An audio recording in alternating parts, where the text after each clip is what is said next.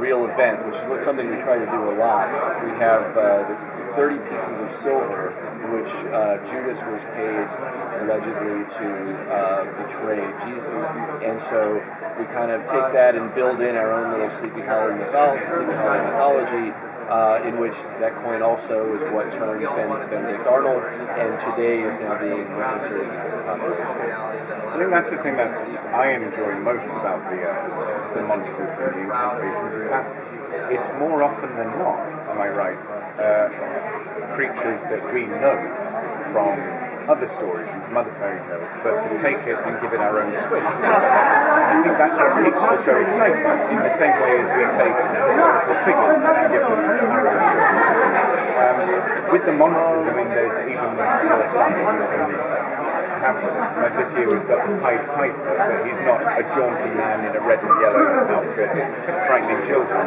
He's a really horrible frightening children. No, and the lore, again, we created a lore behind him that dates back to revolutionary times and the quartering of British soldiers in American homes, and so born out of something from the revolution, becomes something very creepy and scary that comes back today. I think that's kind of where the show lives very well in the horror piece. Is there a monster or a historical figure that is maybe not touched upon in the first season or even in the second season that you guys would like to see come to life later on in the show's longevity? I'd like to see some of the English characters from that era. Like who specifically? Samuel Johnson, Dr. Johnson, who penned the first dictionary and was just an incredible polymath, who befriended Benjamin Franklin when Franklin went over to be a spy. That's right. I had people taking notes for me. We may see this coming up. And David Garrick, who was the greatest actor at the time, and there's a scene in the London Theatre at the time. Because they both were saying, who?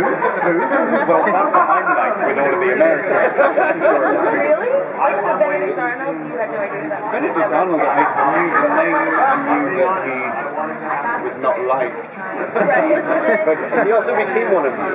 So. And he became, in fact, Benedict Arnold is buried in a church just around the corner from my house flat in London. And he even is clearly disregarded by the English when he was buried, because he wasn't a very good soldier for either side.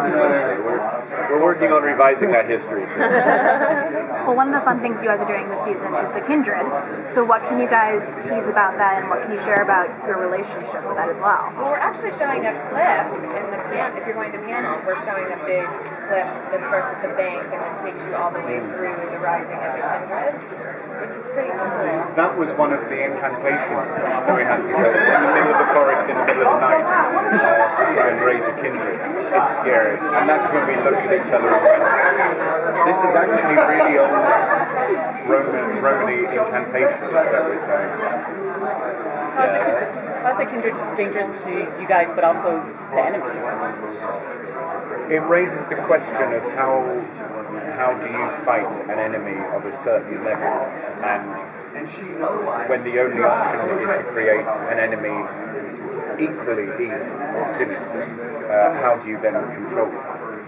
I think coming off the heels of everything that happened in the first season, Crane and Abby are sort of back with a vengeance, and they're willing to go the distance to combat evil. And when they hear that the Horseman is still around and potentially holding Crane's wife, they're going to go to any lengths possible. And one of the themes of that episode is, when you're creating a monster as formidable as the Horseman himself, what are the dangers? What are the costs to us? And the other big danger in the episode is they have to use, you have to use a piece of the Horseman in order to raise the kindred. And there's only one piece that they have, which is incredibly dangerous and what they know the Horseman's been after for a season. So I think it's pretty scary.